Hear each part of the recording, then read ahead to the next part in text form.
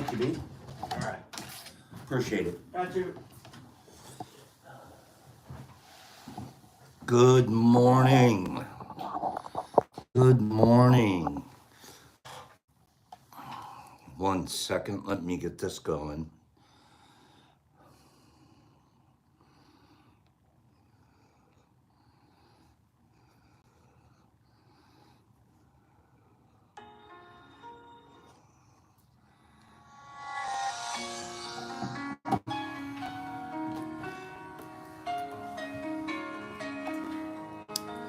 Good morning, everybody.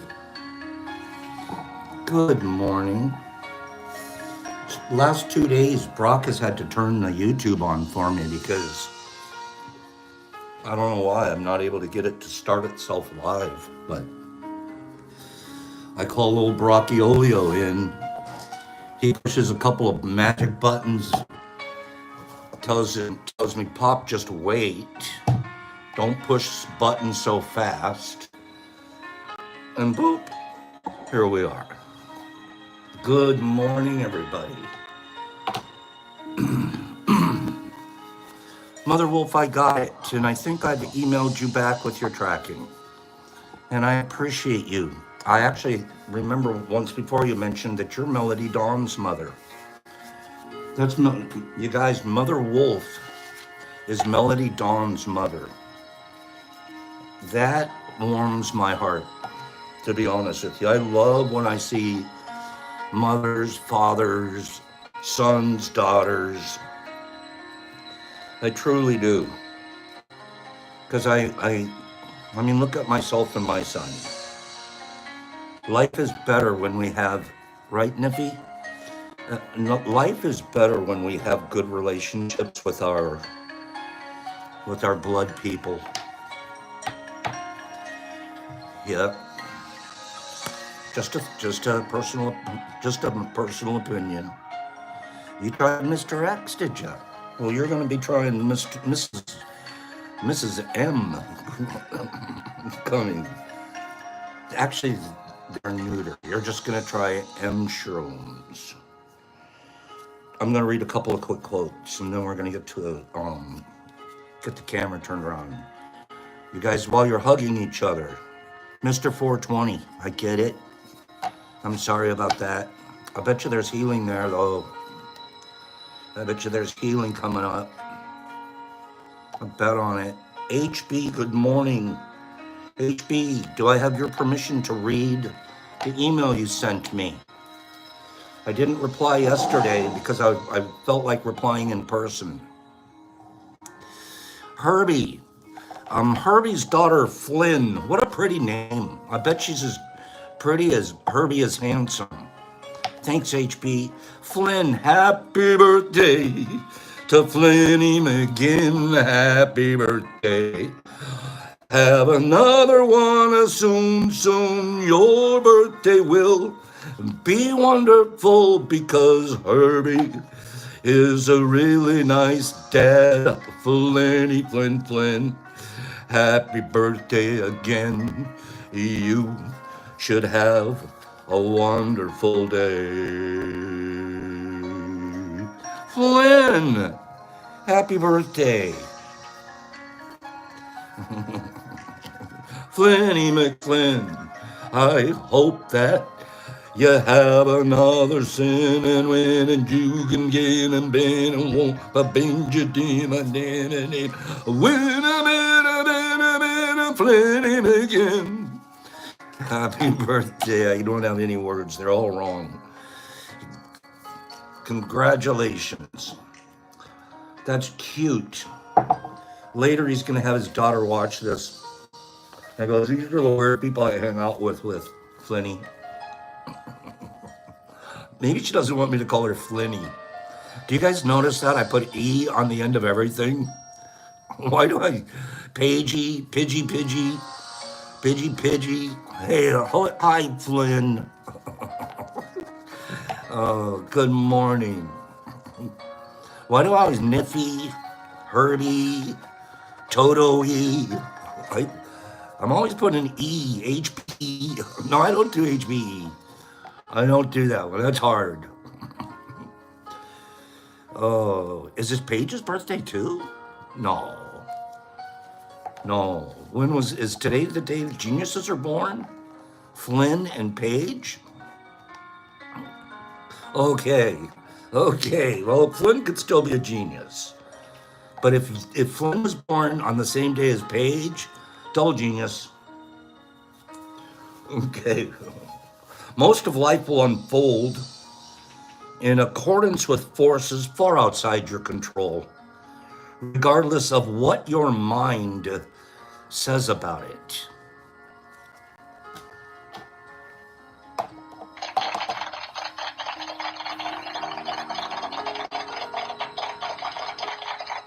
There is nothing more important to true growth than realizing that you are not the voice of your mind.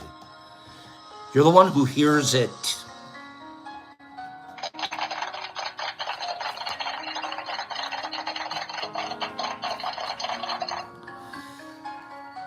True personal growth is about transcending the part of you that is not okay and needs protection. True personal growth. You don't need to be protected, especially if you're living impeccably. Yeshua, happy birthday. Yeshua, happy birthday. Let me show you guys something.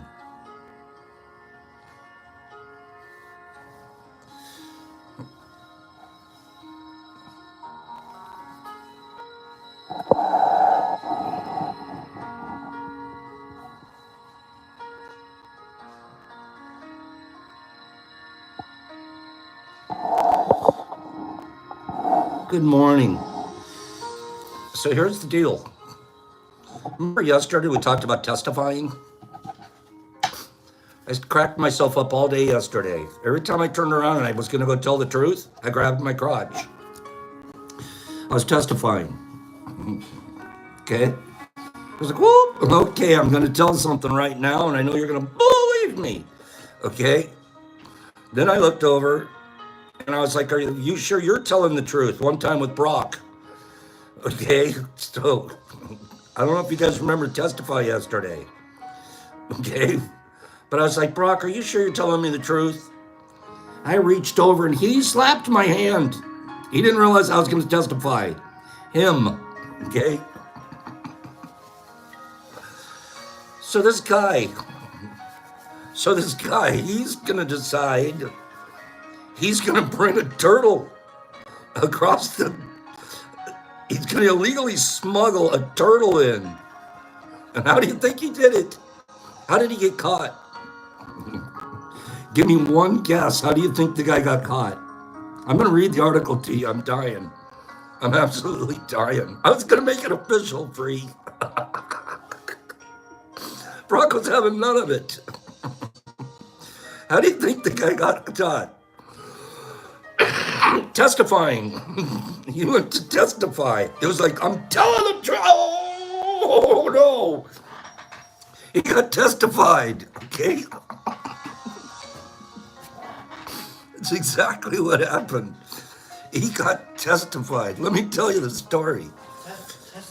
You mean like ringer dinger? Ringer dinger. Oh, you got ringer dinger. Yeah. Oh. Testified. Here we go. Man found with a live turtle concealed in his pants by TSA at New Jersey airport. Figures it's in New Jersey. Would that not figure that it's in New Jersey? A Pennsylvania man who was going through security at a New Jersey airport was found to have a live turtle concealed in his pants, according to the FTA. The turtle was detected after the man testified. No, I'm sorry. Was detected Friday after a body scanner alarm went off at Newark Liberty International Airport. A TSA officer then conducted a pat down. Okay. What kind of a pat down are you giving it? And you feel a big old freaking turtle. What is the TSA guy's thinking? He didn't watch the show yesterday. He has no idea what testifying is. Okay? He got pat down on the East Stroudsburg man, and he determined that there was something concealed in the groin area of his pants. I'm not supposed to laugh this hard at a stupid article like this, but I'm just dovetailing it into testifying yesterday. I can't believe the timing on this story. Okay? When questioned further, the man reached into his pants and pulled out the turtle. All right, here it is. Pulled out a turtle, which was about 5 inches long. It's not that big. And it was wrapped in a small blue towel. That's where he got the bulge. Okay, that was the bulge. He said it was a red ear slider turtle, a species that is popular as a pet. The man, whose name was not released, thank goodness, was escorted from a checkpoint by Port Authority police, and he ended up missing his flight. The turtle was confiscated.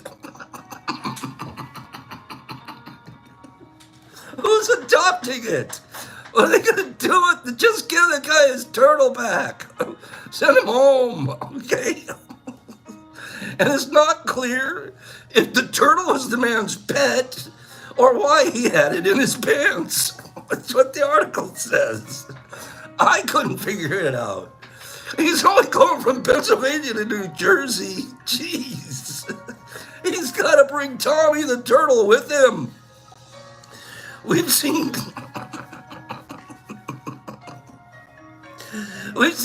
travelers try to conceal knives and weapons and shoes in their luggage.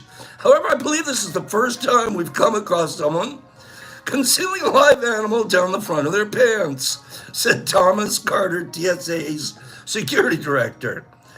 As best we could tell, here's the good part. As best we could tell, the turtle is not harmed by the man's actions. How could they know? This turtle could have a broken heart right now just from separation anxiety. Okay, or he could feel like he was saved. Okay? How do you know if the turtle is harmed? That's like saying no horses were hurt in the filming of this movie. Okay? Classics all, oh, poor turtle, that's good. Okay, so that right there. Are you guys dying? Give me 5 people. Just 5. Give me 5 people that are dying. I wouldn't testify for a turtle for nothing. Okay, no way. No, I'm not smuggling turtles. Okay? That's funny. Okay, I'm dying. Best part is how we dovetailed it into yesterday's testifying. Okay, let's do this thing. Thank you for letting me read that. I cracked up just the whole time I read that, I was dying. I'm going to read an email from HB. And the big reason I read this email is because of the authenticity, the sincerity of it. And it touches me when I hear and see other people exploring their authenticity. And it fuels other people's authenticity. For example, the things that you said to me in this email, HB, fuel me. And it's going to cause me to be more authentic. And but it built you to be more authentic for every moment you wrote. The clarity, the willingness to give. And even if it's words and time, the thoughts behind them that's who we want to become more and more of. And so it's beautiful when you see it on exhibit. It's like walking into a museum and you see a beautiful painting. Hey, look at that painting. There's nothing wrong with calling attention to beautiful paintings.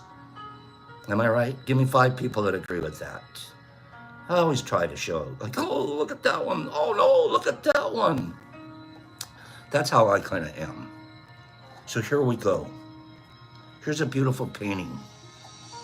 Good morning, Pops. I wanted to take some time to show my appreciation for you.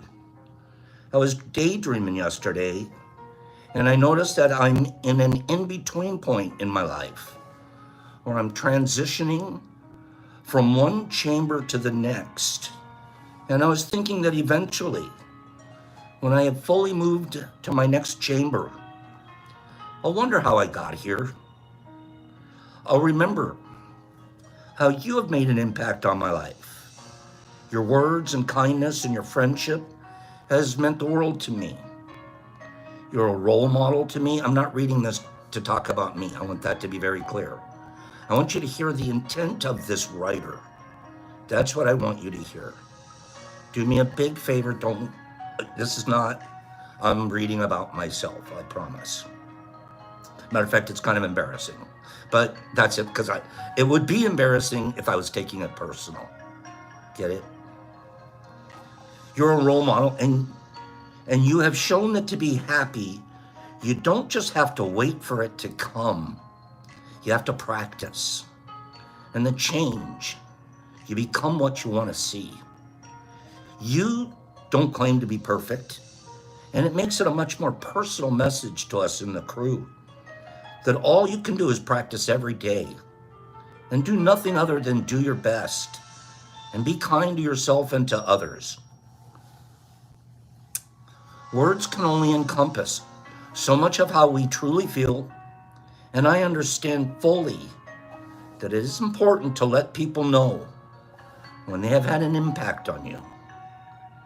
Thank you for bringing kindness into all of our lives, HB.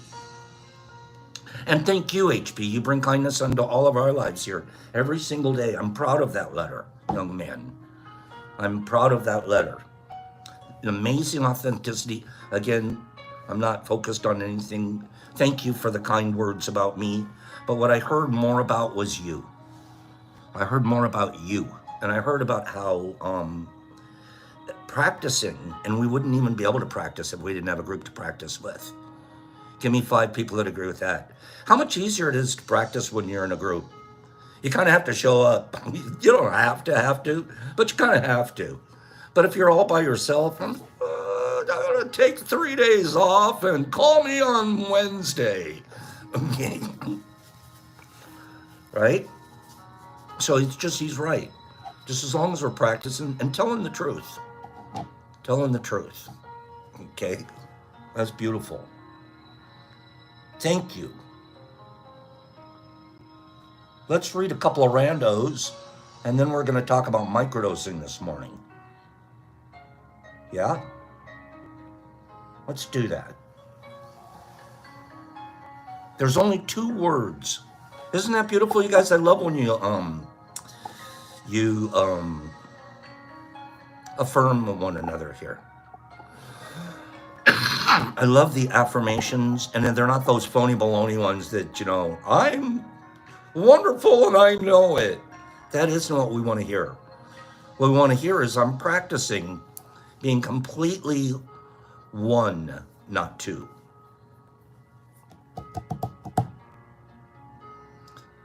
The only 2 English words that begin and end in the 3 letters UND.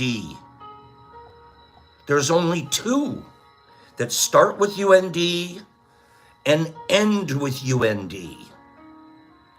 That's hard to believe, but it's true.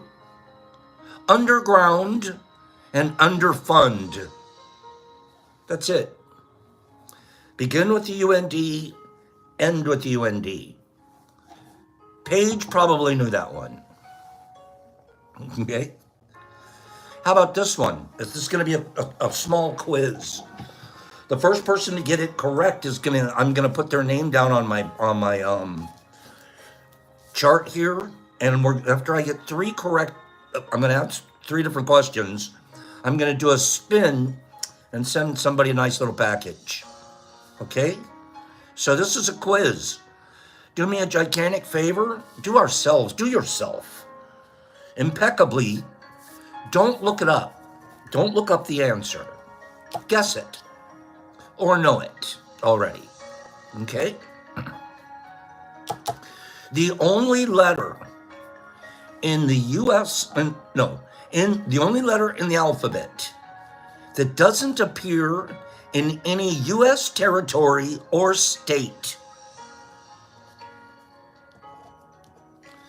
U.S. territory or state. There's only one letter. Joe D's. Joe D's. Good job, Joey. The answer is Q. The answer is Q. The only letter in the alphabet that doesn't appear in a U.S. territory or a state name. Where's Z? Who had Z? Where's a Z in one of the letters? Give me a Z. Arizona. There you go. Thank you. Boop. Okay. See, Z's were wrong. X's are in Texas, right? Q. So, Joe D's, you're on the spin wheel. So hold on. We're going to get 2 more people with a couple more questions during Rando. Okay? Here's a Rando. I never heard this one before. More people around the planet Earth learn English as a second language compared to those who learned it as a first language. More people learn English as a second language than knew it originally as a first language. Yeah, that's a Mandarin kind of answer, isn't it, Jesse? I think so. The expression. No, that wasn't a true false, you guys. It was just I'm doing a couple randos, then I'm going to do a quizzo.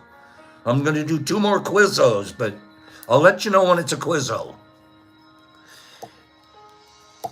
The expression close but no cigar is often used when someone fails to achieve something by just an inch.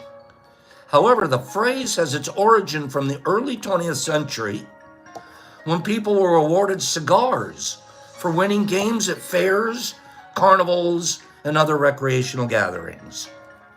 Later, they were replaced by Cupid dolls and teddy bears. But you used to get a cigar.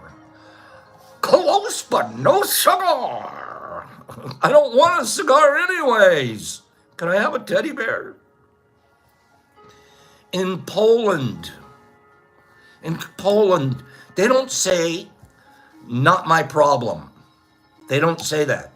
Instead, they say, not my circus, not my monkey. I like that better. Takes a little longer, but I like it better. Hey, man, that's not my problem. Yo, bro, that's not my circus. That's not my monkey. Okay? I like it.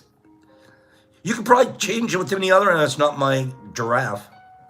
That's not my circus. That's not my elephant. That's not my circus. That's not my fat lady.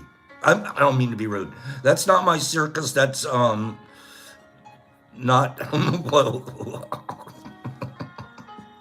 How many monkeys are in a circus? Do they do monkeys in the circus? Okay. My turtle, not my circus, not my turtle. That's what I told the TSA guy.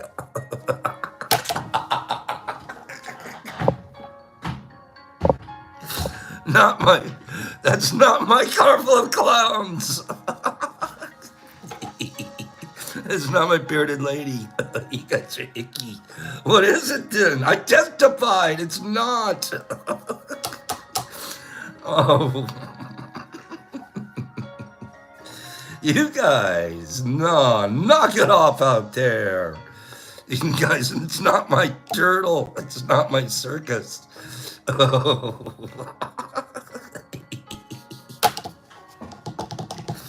Okay. Free, stop it. I know you want to validate stuff more than ever. Okay, let me get a couple more quizzos. I got to get quizzos in here. Okay, that's a big beard, you know. Ew, stop it. Let's change the subject. A petting zoo. Stop it. Stop it right now. I won't go another inch with. I won't go another 8 inches with you guys. No, I'm not doing it. Oh gosh, darn it. I don't know why I hang around with you guys until we get serious. It's not my count. Joe, you're getting ready to get disqualified. Stop it. Oh, I'm good. Or sent to Australia. We're going to have to send you to Australia. Okay.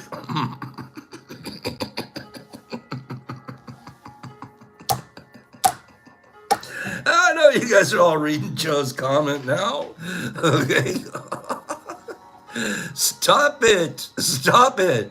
Stop the comments right now so I can move on. Would you please? Every time I look up, you make me laugh. I'm trying to concentrate. I'm trying to do quizzos and stuff. Stop it. You guys. Oh, no, Bob, it's too much fun. No, I'm trying to get serious over here. Every time I look up, I see another camel. Oh, okay. We're adults now. Thank gosh, there's no. I hope Flynn is gone. Okay. Okay. Let me do one more. The word zip. First person to get this correct moves forward to spin the win around. Okay, put your game face on. Stop it, criminal. No wonder you're a criminal. Here we go. The word zip in zip code is an acronym for what? What does zip mean in zip code?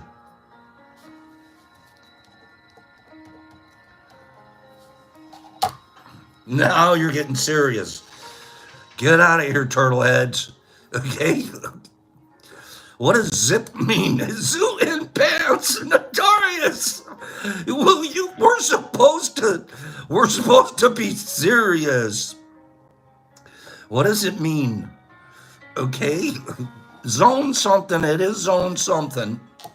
It's not zone in place. No. How about this? I'm going to give you. Okay, Paige, you're right. You have the first two. Zone improvement what? Zone improvement. Mike Butterball. Mikey B. Mikey B. I'm putting you on the spin to win, Mikey. Zone improvement plan.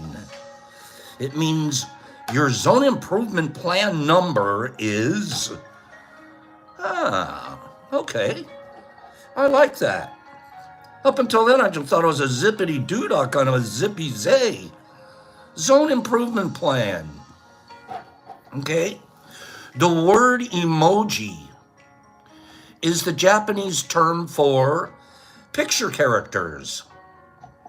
Picture characters. The word emoji is a Japanese word for picture characters. They were created what year? What year was emojis created? Go.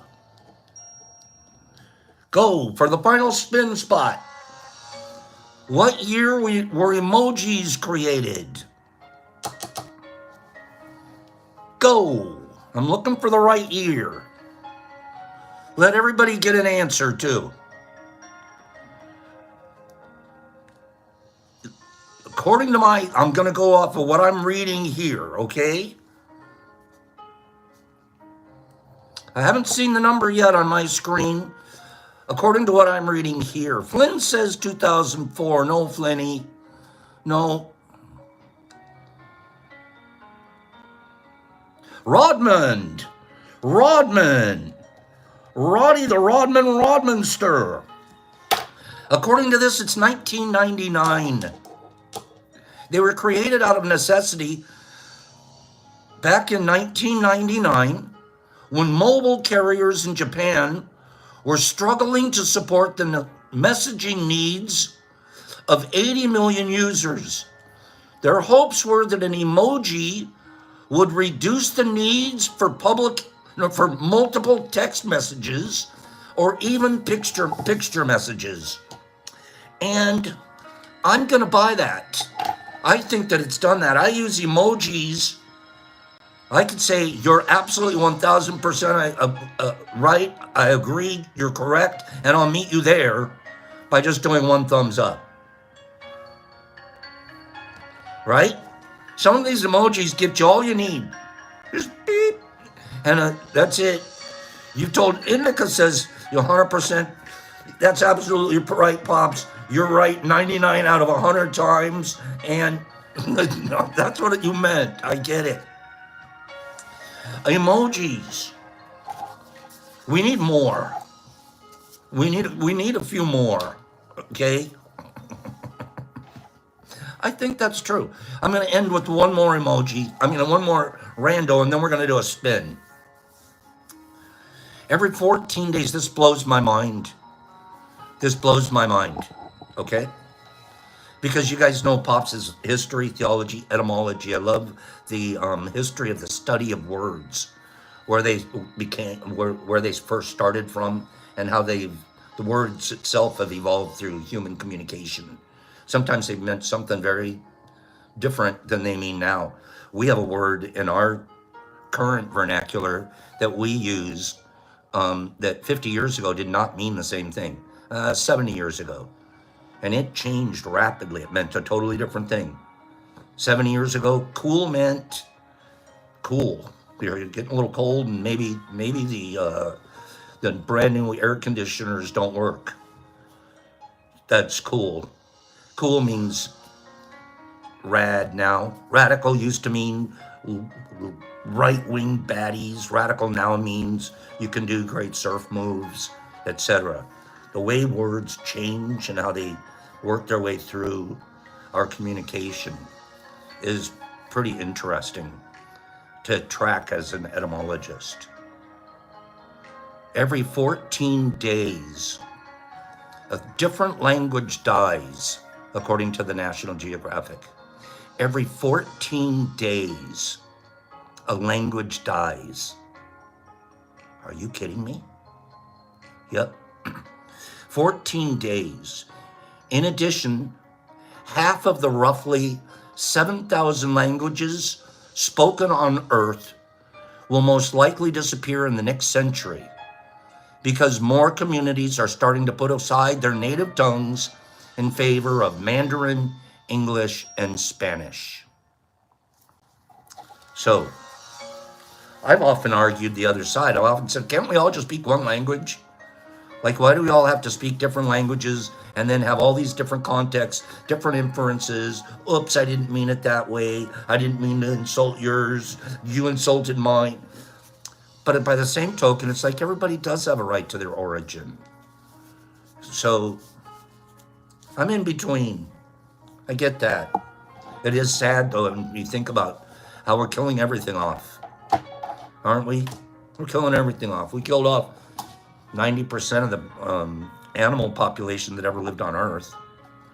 And well, let's take some language and cultures with it.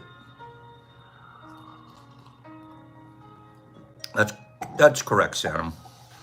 I agree with you. Okay, let's do the spin. Let's do the spin. We had Joe D's in number 1 spot. Joe D's, number 1. Mike Buddy Ball, number 2. And Rodman, number 3. Okay, here we go. That's looking like a Rodman to me. Rodman. So I've got that taken care of, Rodman. I think I still have your address.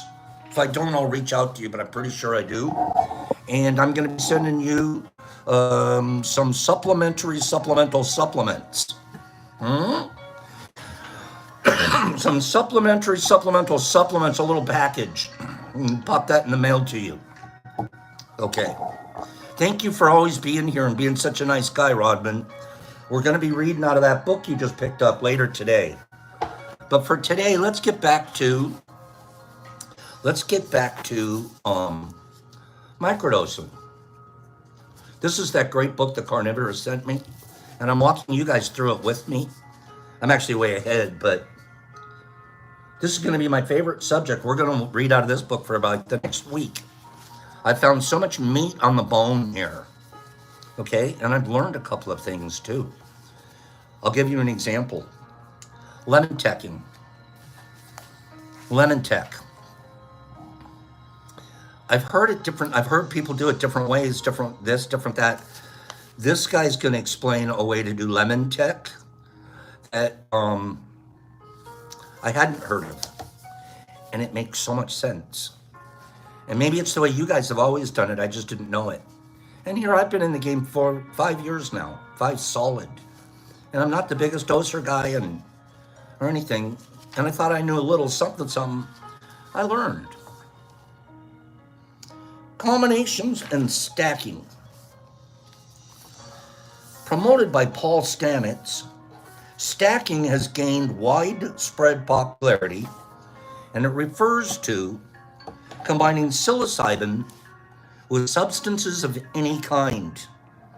The Stamets stack combines a microdose of psilocybin, an equivalent amount of lion's mane mushroom, and a small amount of flushing niacin, vitamin B3. Stamets proposed that this combination improves cognitive functioning, with the niacin dilating blood vessels and improving the delivery of other substances throughout the body. I've accidentally taken too much niacin once, and I knew I would never do it again. Niacin opens up the blood vessels, and especially at your extremities. Your fingers start to actually turn red or mine did, I should say, and it's tingly, like that stingy tingle.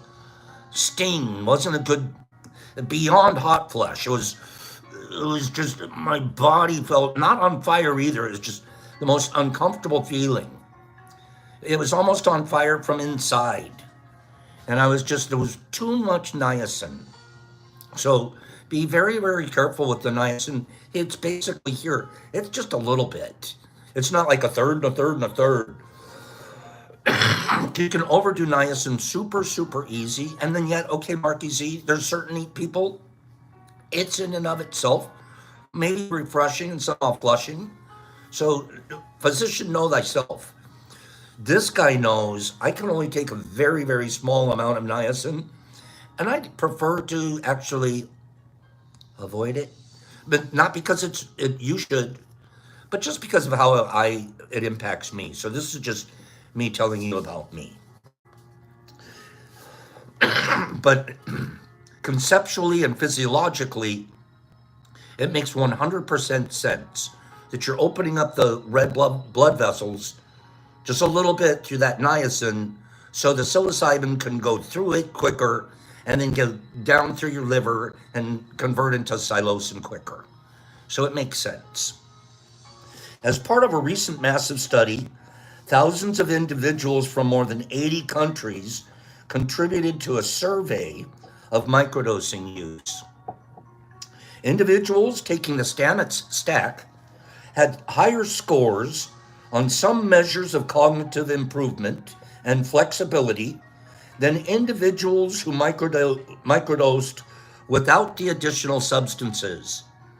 So therein is the claim that they get a little bit better cognitive because of the lion's mane and the flushing niacin. Tap test scores based on how quickly someone can tap a finger on a surface or 2 fingers together, usually for 10 seconds, showed that those who microdosed performed better than those who didn't. And those who used the Stamets stack outperformed both groups. So you didn't microdose, you don't do this as fast. The tap test. You do microdose, you're doing it faster. Stamets test, and you're presumably. A microdose coach whose clients include individuals recovering from traumatic brain injury and addiction sends his clients capsules with 4 different mushrooms, which they add to their psilocybin to enhance its effectiveness. He reports that after microdosing for a period of time, some of his clients whose improvements have continued indicate that they are only taking functional mushrooms. There are herbalists experimenting with various mixtures of herbs along with psilocybin. I could picture that being someone like, be honest with you, Niffer. I picture Niffer Mama as quite an herbalist. And if we got her a big supply of the old psilocybin, she'd probably be working on different little mixes and tinctures and teas and all kinds of stuff. I think she's an herbalist. So here, where were we? Western medicine is particularly weak in its ability to analyze complicated mixes of substances. So it's not surprising that 2 of the talented herbalists we know of have been trained in Chinese medicine, which has been developing herbal tonics for more than 1,000 years. It's of course difficult to determine the result of such complex mixes, but one of these herbalists reports that everyone who has used her herbal elixir preferred it to psilocybin alone. Yeah, I would throw a nerdy in with that group with you, Niffer. I could put you 2 in a little lab and let you guys cook and brew away. One addition to microdosing psilocybin is called lemon teching. It's an addition of lemon juice at the time of ingestion. This has moved from anecdotal to historical uses to having proven present-day effects.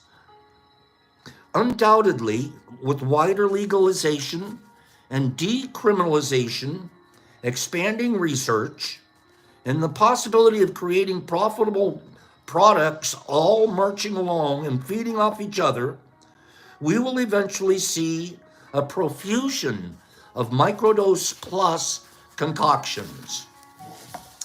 The most that we've done here that we found very successful, and we haven't been doing it for quite a while, cacao. We would mix 30% of the chocolate, cacao powder, real and healthy. So 30% and the others 70% psilocybin. And the capsules come, they look kind of chocolatey. Good mix. So what is lemon teching? What is lemon teching? And how does it relate to microdosing? Lemon teching means pour. Now listen to this. This is not how I understood it. I thought lemon teching was I just drank a glass of lemon juice after I dosed. And while that could well be it, that may well work. Lemon teching means pouring lemon juice, which has a very low pH, which means very acidic, over a dose of psilocybin containing mushrooms that has already been ground into powder. Enough lemon juice is used to saturate the powder. After the mushroom soak in the lemon juice for about 25 minutes, that combination is consumed. Adding more water or just a single shot. It can also be added to tinctures of tea. Lemon teching accelerates the liver's conversion of psilocybin, which the body can't use directly, into psilocin. That's which compound is biologically active. There are three main results. The acidic lemon juice makes it easier to swallow and digest the mushroom generally, helping overcome discomfort for those who can't easily handle the taste of mushrooms or feel discomfort eating or swallowing them. The overall experience has a quicker onset and a shorter overall duration, sometimes by an hour or more. By speeding the conversion of psilocybin to psilocin, the experience often comes on not just more quickly, but more intensely. For those with weak liver functioning or other digestive absorption problems, lemon teching makes a big difference. More popular for larger doses, lemon teching can also be applied to microdosing. Even at the recommended dose level for psilocybin-containing mushrooms, for those who feel any discomfort, lemon teching can help. If, however, lemon teching intensifies your experience, which beyond what is comfortable, it's best to lower the dose. Some people report that they always lemon tech their microdoses, adjusting their dose accordingly, perhaps starting with only half as much. And then a quick side note, teching. The word tech is simply short for technique. Teching is short for technique. Next time we meet, we're going to be talking about onset, dose ranges, optimal dose ranges.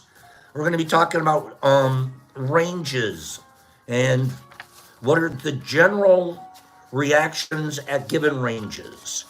Okay? What I learned there that I didn't know was the pre-soak. You kind of almost turn the lemon, it sounds like it's almost going to get pasty. I'm going to take my powder and I'm going to just get it wet enough with my lemon juice that I saturate it, and I almost have like a little pate or a pesto there. And now I can take that guy and I'll put it probably in a tea, which I would love, lemon tea. You could probably put it in an iced tea. You know what I'm saying? I bet you I could drink a summer iced tea. Yeah, a shot of water. So you only need a few drops of lemon. Yeah, just enough on top of the, just to saturate it. And then it says wait 25 minutes. And that kind of makes sense too, because I guess my lemon and the acidity wants to break down the chitin walls of my shredded mushrooms. So I've never really tried it like that. I've had one time or two times, maybe a glass of lemonade afterwards. Like, oh, I'm lemon teching. And I guess I was to a point, but that's not really lemon teching. That's just putting lemonade in your stomach. Oh, you guys ready? Yeah, that makes sense, John. It does have some breaking down way before it hits my stomach, right? The banana's another one. That's a banana's a stomach. It helps my stomach. It's a smoother, calmer on my stomach, and it actually does enhance the microdose for me just a little bit. Did you guys like learning that? Some of you already knew it all, but is it nice to hear it read like that? Tell me the truth. Because we're educating each other here, right? And as I'm reading and saying stuff, you guys explain and tell about your experiences too. Okay, you guys want to explain what you've experienced or haven't. Ask questions back and forth. Okay, that's one of the, like, we're allowed to talk in class here. Okay, you can talk in class if you whisper. Don't pass notes though. And stay away from Paige on quiz day. Nobody's cheating off a page. Do you understand? We're gonna have to take Paige and put her in a separate, maybe a whole different classroom. All right? Nobody go ask Paige the answer.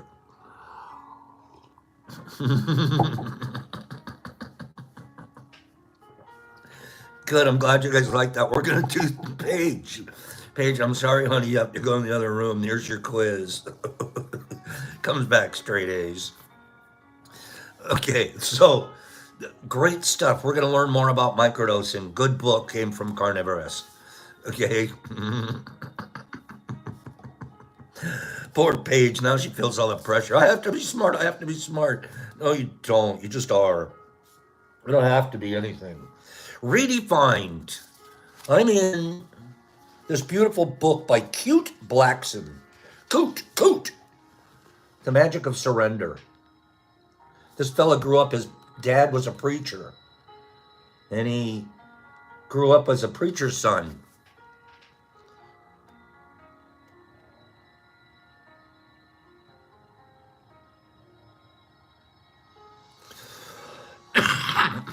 Beautiful, beautiful book. Redefined. I'm on page 3 for those who want to follow along. Webster's dictionary doesn't necessarily help. It defines surrender as this. Surrender. To cease resistance to an enemy and submit to their authority. That's the surrender we sort of Western civilizations taught. What do you mean? I'm not going to quit. Not surrendering, especially to authority. We're a lot of anti-authoritarians here, or were at some point in our lives, and we're kind of comfortable around others. Birds of a feather. To cease resistance to an enemy and submit to their authority. Not so fast, my friends. Read down to the 4th entry under surrender in the same dictionary, Webster's. It says to abandon oneself entirely.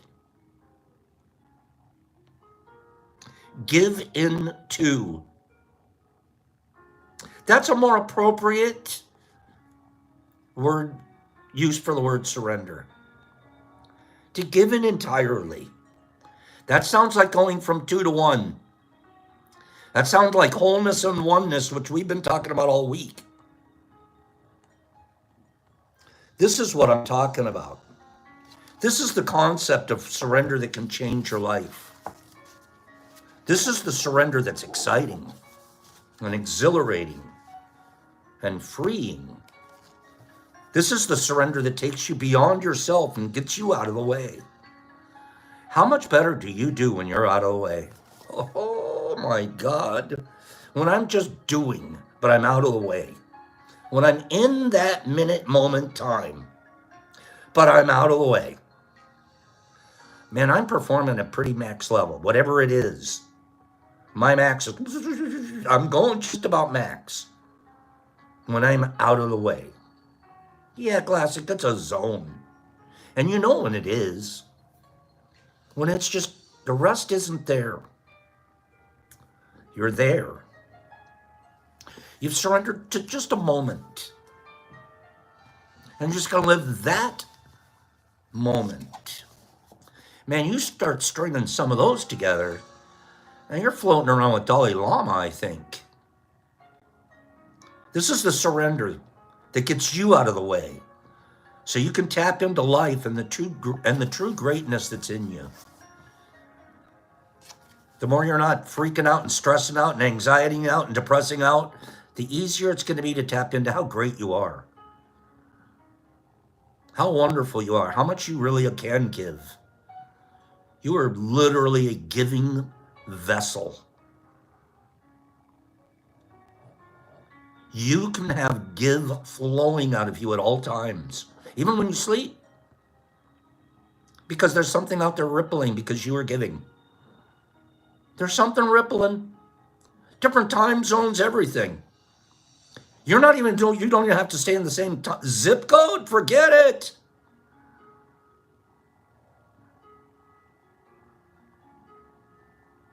Be a vessel of giving? What happens? How do you stop giving when you put a clog on the top of the pot? When you tap it, when you put a cork in the bottle. Cork in the bottle is me in the way. Me out of the way, it flows. It honestly does. Beyond your past, beyond your conditioning, beyond those stupid stories you've believed, beyond what you previously thought was even possible. I'm telling you right now, I hope this rings true. None of us ever thought that this was possible. 4 years of us being better friends every day. None of us ever thought it was possible. We didn't. But we weren't making that the goal. We never sat out and said, then when 4 years from now we're going to count it, we're all going to... We were just doing it every day. Just don't put a cork in it. Every day. And new people come. Some people fall away because of life and schedules, and new people come, and more people are rippled every day. You guys are bringing it into your own lives, your own homes, your own families, your workplaces, beyond your past, beyond your conditioning, beyond your stories. I freaking hate my stories. My stories ruined me for years. I believed them. I don't have any more stories. I have 4 agreements. This surrender gives you access to a whole new level of possibility in your life. You want to do something? You want to do something? You want to make a difference? Don't cork it. Give. Give. When you think you're through giving, give a little more. Got a penny left? Probably don't need it. Go ahead and find a way to give it. The blissful release you feel requires surrender. The ecstasy, this is so pretty. Do you guys like dancing? I'm so embarrassed when I dance. I used to be. Now I don't care. I can just flail around. You're an old man on the dance floor, we're over in the corner, whatever. Maybe I got a beer too. I'm not a good dancer. My brother, swing master. My brother, ballroom king. My brother, hip hop. My brother, any kind of dance you could do. He owns the floor. I'm over in the corner. Miss Rose, I was hanging out with Miss Rose. She is a phenomenal dancer, professional level. She was like, can I just bring my sister out on the dance floor? You stay over here and watch the drinks? Yeah, I knew what she meant. I knew exactly what she meant. I didn't blame her. I was like, yeah, you could go dance with your sister. She didn't want to be caught on the dance floor with me. So, but then that wasn't a story. It was just reality. I'm 3 left feet. But I can play rugby, okay? I'm out there playing rugby. Everyone else is dancing around. I'm boom, bam, boom. Terrible dancer. But do I enjoy it? Do I enjoy it? Yeah. Do I dance at home when no one's watching? In the morning sometimes I hear a beautiful song. I'm not joking. I've been caught by Brock. I'm swinging around dancing. Brock's going, oh, it's going to be one of those days, huh? I don't mind it. I don't mind it. The ecstasy that arises as you dance in a group of people. Your individual moves lost in a crowd. As you become one being, one surge of energy. I've experienced that. I like it. That requires surrender. You must dissolve into the pack. Let me be clear, surrender isn't giving up. It's tapping in. It's tapping into a source bigger than your own personal power. We often think letting go means you lose. But what if letting go leads to more? More joy, more power. Power comes from impeccability. That's where power comes from. The more impeccable you are, the more powerful you are internally to resist all of the other stuff. You're impeccable. You're a flying Teflon man. You didn't do it, so it doesn't matter what they said. And your impeccability is keeping you moving forward to keep doing the things that are the internal part of you that you won't cork. Just stay uncorked. As soon as we lose our impeccability, we start corking things out of shame. We start hiding. We start closing the windows, the drapes. Me? Oh, what do I do? When you know Pops is sick? When I isolate. When I run away from you guys. That's when he's a bad guy.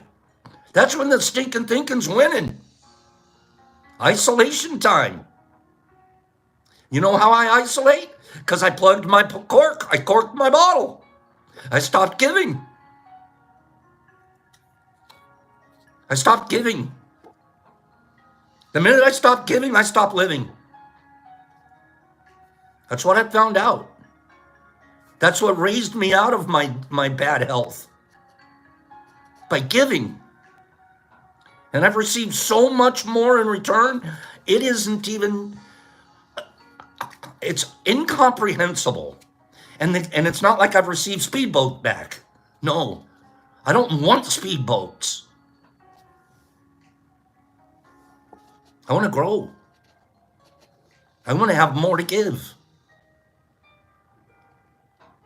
That's what I've received back. More to give. Eschewing the speedboats and the 350Zs and all the other stuff that I thought was important because it was an image.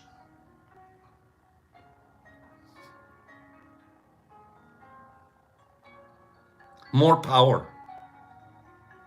More peace, more freedom, more love. You know what comes from all of that? More miracles. You're creating miracles internally. Healing, every time you heal, that's a miracle.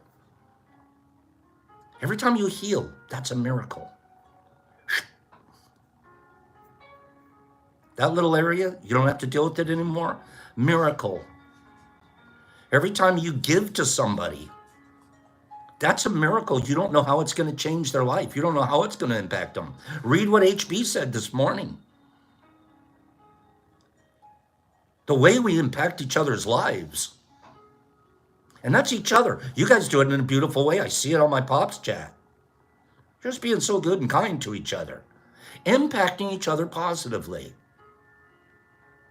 Bringing more people to the table. This is a big table. We have plenty to share.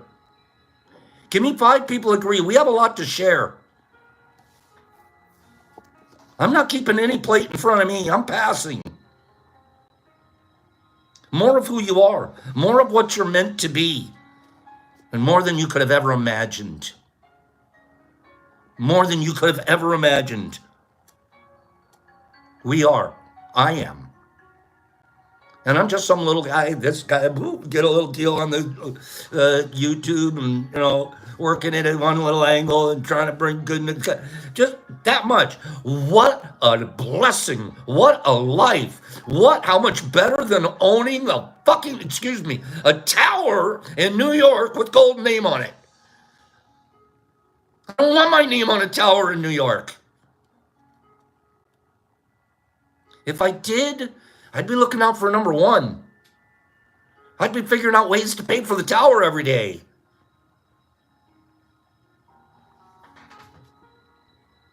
Instead of taking care of people around me. Instead of giving everything away. More than you could have ever imagined.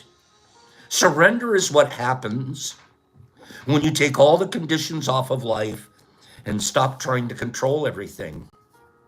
It's only when you do that you get everything. It's an impossibility to understand until you experience it.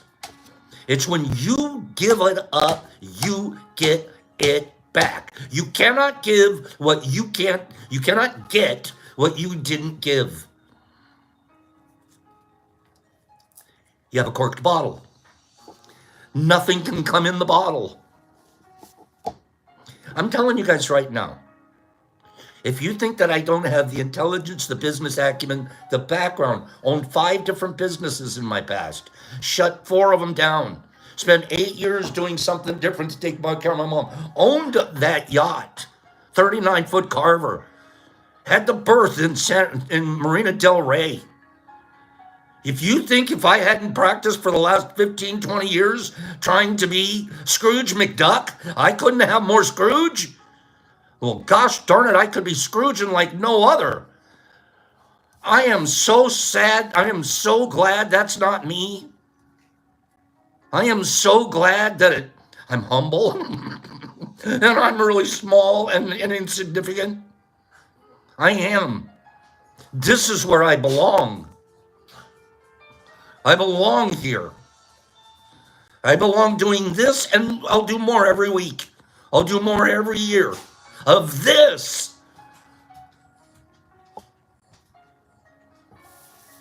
I'll let other people chase that stuff that means nothing. Means nothing. I see it in my family. I have 2 incredibly rich relatives. I'm not even going to tell you how unhappy they are. And that's seen from the outside. I don't even know what it must look like from living inside. And I have Brock. And I have Ruff. And I have you guys. And I have my gardens. My fungus gardens. And I have peace. And I'm not saying it's perfect. I'm not doing it every day correctly. But I am doing what HB said. I'm practicing. I didn't have Brock when I was doing all that stuff, by the way, you guys. I didn't. I wasn't paying attention to him as my son. I was yelling at him because he wasn't getting successful too. Every email, every text was about, like, are you in school yet? Are you doing this yet? Are you meeting my expectations yet? After a while, he stopped even wanting to communicate with me. Who wouldn't? Who wouldn't?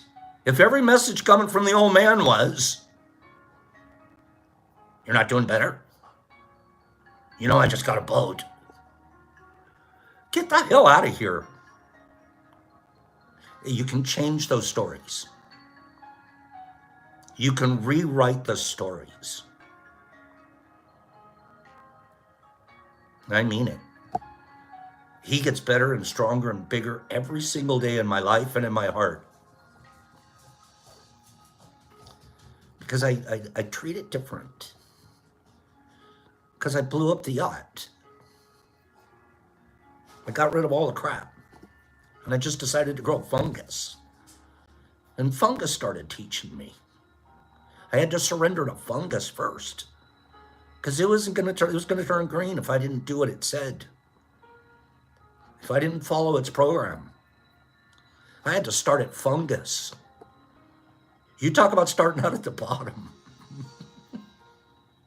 Yeah. Talk about learning humility. Talk about turning around and telling your kid you're sorry. Let's do this again.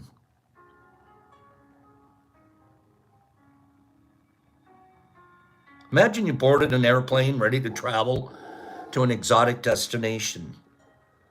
But instead of finding your assigned seat on the plane and getting settled, letting the flight attendants bring you drinks and turning on your personal TV, you made your way to the cockpit and you began pounding on the door. You stood there demanding to get in, to have access to the control of the airplane. You are not the pilot. You have no idea how to fly that 3-ton steel machine. But you wanted to make sure that you got where you wanted to go. So you tried to hijack the plane.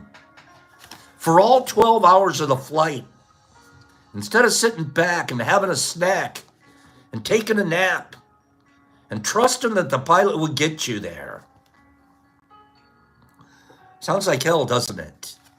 It sounds like my life before I decided I want to rewrite it. That's how we live our lives. Convinced that we should be in control. Pounding down the doors of the cockpit when things aren't going exactly according to plan. We protest. Things aren't supposed to turn out this way. And so vehemently we hold on to the way we thought life should have been. Forcing our ideas that clearly weren't working. Instead of opening to the life that is actually seeking to happen.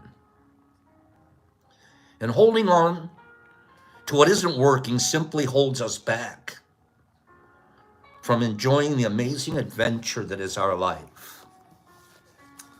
My life wasn't an adventure before, friends. It was hell. As I struggled to do the things that weren't even in my soul, but they were in my program.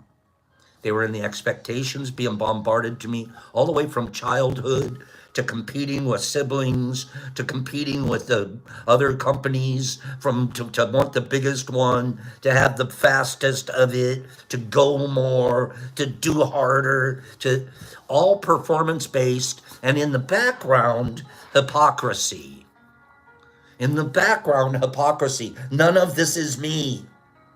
None of this is me. Small sabbatical of time working with, taking care of my mom till she passed away. The whole needle shifted. Turned 60 and I said, I'm going to do my life different. Out of LA, out of the trappings, out of all of that. And we start working out every day. Right? And since then, we've been working together for 4 years straight. I hope you guys enjoyed today. I know I did. You guys sure made me crack up this morning, turtle heads. And that was a very good message. Not from me specifically, but the book. Okay? Hypocrisy, but you know you're the hypocrite, Greenie. That's just it. So the whole time, the whole thing is theater. You're living a life of theater.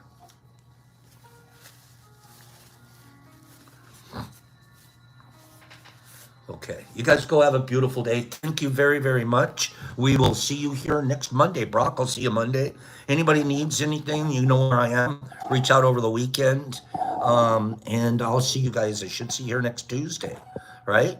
I've got to be working out with you guys. Cleanie and Sandy and Justin LaFlower.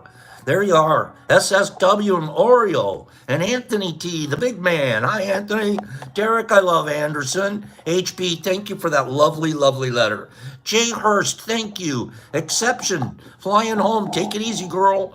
Nerd Nature, Anthony Thornton, Cat Meow, Zilla, Billy D, Donnie Fike, Cleanie the Grogo, Saul, thank you. John O'Neill. I'm glad for that. Mr. 420, SSW, Shy. Whoop, whoop, whoop. I love Shy. Jodies, you were this close again. Carnivorous, great book. Jesse James, hi, Jesse. Sue Littlemeyer, hello, Sue, and best of my day to Jolie Cantor. Mike Buddy Ball, Kimberly, and Jay Hurst, and Free. Have a great weekend. Santa and Jesus Christ, and Petey the Olmsted Olmster. Nerdy and Mother Wolf. Oh! And John O'Neill, Rodman, thank you. Justin LaFlower, Nippy and Cleanie and Oreo, Nippy and Cleanie, say hello to Ava, Nursey and Jesus Christ and Exception, and B. Hendricks and Jay Hurst and CCS and Glassic, Tropic of Neptune. I'm glad you were here. Derek Anderson, Michael Allen, Trenter, Santa, Mike Barry Ball, Laura Young is here. Hi, Laura. Greenie, Green Tables. Herbie and Streety, I love you. Michael, Shanti, Patterson, Laura, you're divine.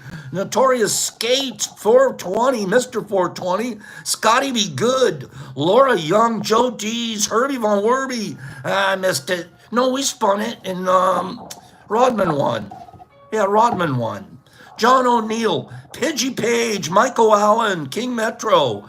Stay positive, Laura, Petey, Sue, Joe Dees, Cleany Grow, Niffy, Exception, yeah, we did. Jesse James, Derek Anderson, Wizzy Was,